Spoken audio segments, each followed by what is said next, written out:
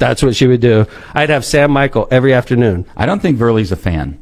No, she's not fair, though. She's not fair. Like, if you're going to be on the media, if you're going to be in the media, you should have at least some objectivity. At least act like you're objective. She doesn't even act like that. Great friend of Karen, you know, who obviously you and her had issues. Karen Freeman and I didn't get along. She would always come to the rescue of Gary and you know, versus you. And, yeah. And then Sam Michael, who's like lecturing everybody on like fiscal conservatism, lecturing everybody on like how dumb we all are, how dumb Democrats are, and how liberals are ruining America.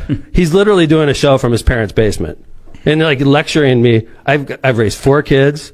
You know, you pay taxes. I've put kids through college. I put myself through. You don't get a refund every year? I own a business, and I'm getting lectured. Like, this guy would literally lecture me on how I'm running the city, and he's doing it from his parents' basement. No. It's like, come on, dude. So like, and then remember when we were in California?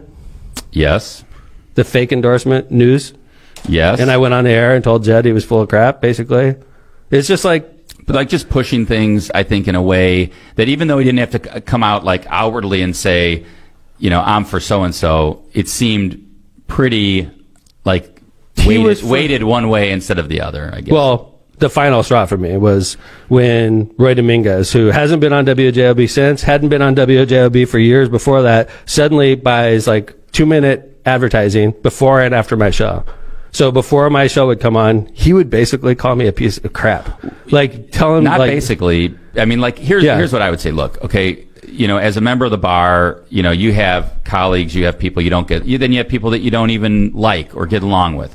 Yet, to go on the air and say somebody's an idiot, who's somebody who has been, you know, mayor for 16 years...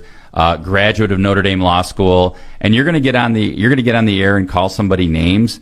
I just think it's unprofessional. It's uncouth. It's just not the right way to go about treating other people. As a business person, you know. Oh, Jed and Verlie discussed why I wasn't on the show today. It came from one of the callers. Let me tell you something. Jed talked about it yesterday. I was listening to it, and he talked about Mcdermott sent me a text after his election and blamed me for the loss of his election, which is why he doesn't want to come back on the air. That's a bald-faced lie. Not true. Dude, I looked at my text. Jim, I have the text that I sent you, and I could give it to you if you want.